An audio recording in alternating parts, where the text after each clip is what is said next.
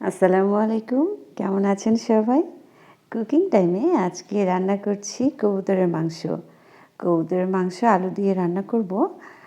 কবুতরের মাংস খেতে কিন্তু অনেক মজার। তো আলু দিয়ে রান্না করছি। যেহেতু কবুতরের মাংস খুব অল্প পরিমাণে হয়, আর ছোট কবুতরগুলোই কিন্তু খেতে হয়। তো এখানে আমি ২ টো কবুতর নিয়েছি, আর সাথে ২ কি ৩টে মাঝারি সাইজের আলু নিয়ে কুচি করে একসাথে মশলা দিয়ে মেখে রেখেছিলাম কিছুক্ষণ।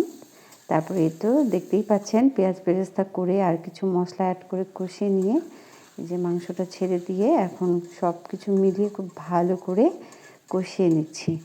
মাংস যত ভালো কষানো যাবে খেতে কিন্তু তত ভালো টেস্টি হবে। আর আমি এই কবুতরের মাংসে কালো এলাচটা ব্যবহার করিনি, সাদা এলাচ দিয়ে রান্না করছি। সাদা এলাচের ঘ্রাণটা কিন্তু বেশি সুন্দর। ধন্যবাদ সবাইকে।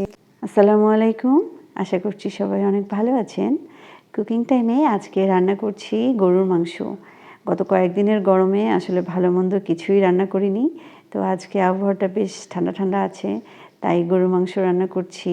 তো প্রেশার কুকারে সিদ্ধ করব, এজন্যই প্রেশার কুকারের মধ্যেই মাংসের সাথে আদা, রসুন, লবণ, হলুদ, মরিচ গুঁড়া, তারপরে বড় করে কেটে রাখা পেঁয়াজ, অল্প একটু তেল সব কিছু দিয়ে দিলাম।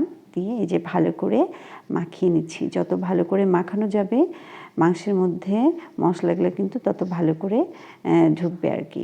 তো মাখানো আমার শেষ। এবার আমি ঢাকনাটা লাগিয়ে চুলা অন করে দিব এবং বেশ কয়েকটা শীষ, আমার এখানে ১২টা শীষ লাগে। এই তো আমার মাংস সিদ্ধ হয়ে গিয়েছে, দেখুন মাংস সিদ্ধ। এখন শুধু কষানোর পালা। কড়াইতে দিয়ে ভালো করে এখন কষিয়ে নিব, মাংস যেহেতু সিদ্ধ হয়ে গেছে। তো ধন্যবাদ সবাইকে, ভালো থাকুন। আসসালামু আলাইকুম। আশা করছি সবাই খুব ভালো আছেন। কুকিং টাইমে আজকে আপনাদের সাথে শেয়ার করছি গরুর মাংস। সেটা পেঁপে দিয়ে রান্না করেছি। পেঁপে দিয়ে গরুর মাংস খেতে কিন্তু দারুণ মজার লাগে। তো আজকে আমি সেটাই রান্না করছি।